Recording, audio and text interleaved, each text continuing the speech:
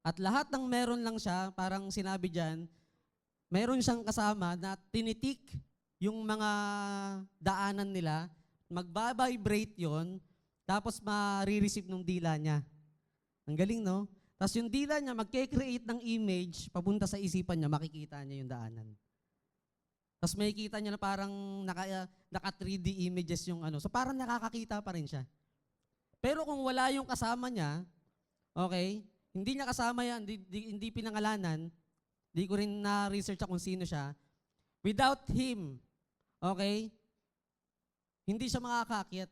Without any team, hindi siya makakaakyat. At ang kailangan niya, yung isang taong mas nakakakita ng greater vision ng Mount Everest. Sa buhay natin bilang Kristiyano, ang Panginoon ang nakakakita lahat ng bagay. Amen? Lahat ng bagay nakikita ng Panginoon. Kaya wag po tayong matakot na magsabi